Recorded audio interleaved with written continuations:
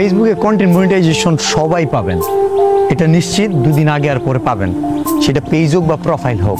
কিন্তু এই content monetization দিয়ে আপনি কতটুকু ফায়দা হবে, মানে কন্টেন্ট মনিটাইজেশন দিয়ে আপনি আদৌ কিছু করতে পারবেন কিনা, ইনকাম করতে পারবেন কিনা, সেটা হচ্ছে একটা বিষয়।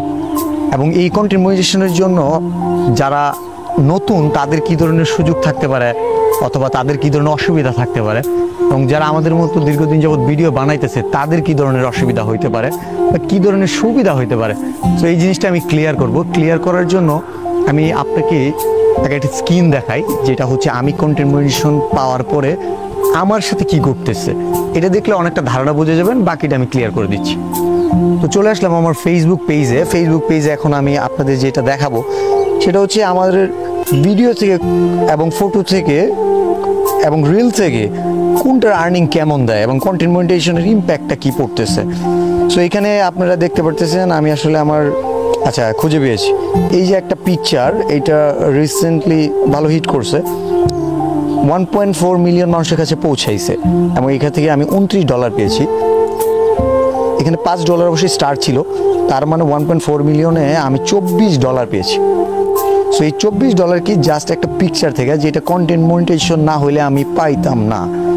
সো এইটা যদি আপনি কন্টেন্ট মনিটাইজেশন পান বা ভবিষ্যতে পাবেন, তখন আপনার সাথে এমন হবে যদি রিচটা এই জায়গায় গিয়ে দাঁড়ায়। আরেকটা ভিডিও দেখেন 1.4 মিলিয়ন ভিউজ, এইখান থেকে আমাকে যে ডলারটা দিয়েছে আর $11 হচ্ছে স্টার, তার মানে আমি যদি এটা বাদ দিই ওইটার সমানই হয়ে যাচ্ছে। মানে একটা ছবি থেকে যেটা পেয়েছি সেম একটা ভিডিও 1.4 মিলিয়ন ভিউজ হওয়ার পরেও 5 মিনিট 40 সেকেন্ডের একটা ভিডিও, অথচ সেম, বরঞ্চ আর একটু বেশি দেখা যাচ্ছে। আর এখানে আর একটু যাই আমি স্ক্রিনে, সেটা হচ্ছে এই যে লাস্ট একটা রিলস ছিল 2.8 মিলিয়ন ভিউজ, যেখানে আমার $38 দিয়েছে।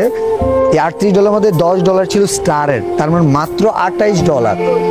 এই $28 আমাকে দিল 2.8 মিলিয়ন ভিউজে। তার মানে হচ্ছে একটা রিল থেকে যে ইনকাম হচ্ছে, একটা লং ভিডিও থেকে সেই ইনকাম হচ্ছে, এবং একটা ফটো যদি সেই পরিমাণ রিচ করে ভিউজ হয় সেম ইনকামই দিচ্ছে। কিন্তু একটা ফটোর জন্য যে পরিশ্রম একটা রিলসের জন্য তার চেয়ে বেশি, অনেক বেশি, এবং একটা লং ভিডিও একটা রিলসের কয়েক গুণ বেশি পরিশ্রম করতে হয়। হ্যাঁ, শব্দ করতেছে। তো এই যে 3টা ফরম্যাটের সেম অ্যামাউন্ট যদি দেয়, এখানে আসলে ক্ষতিগ্রস্ত হবে কারা বা লাভবানই হবে কারা? আমার পয়েন্ট অফ ভিউ থেকে মনে হয়, যেখানে আমরা যেমন একটা বিগ বাজেটের কন্টেন্ট রিলিজ করা ট্রাই করতাম, বিভিন্ন দূর দূরান্তে গিয়ে অনেক ভালো একটা কন্টেন্ট কোয়ালিটি দিতে পারতাম, এইটা হয়তো আমরা দিতে পারবো না।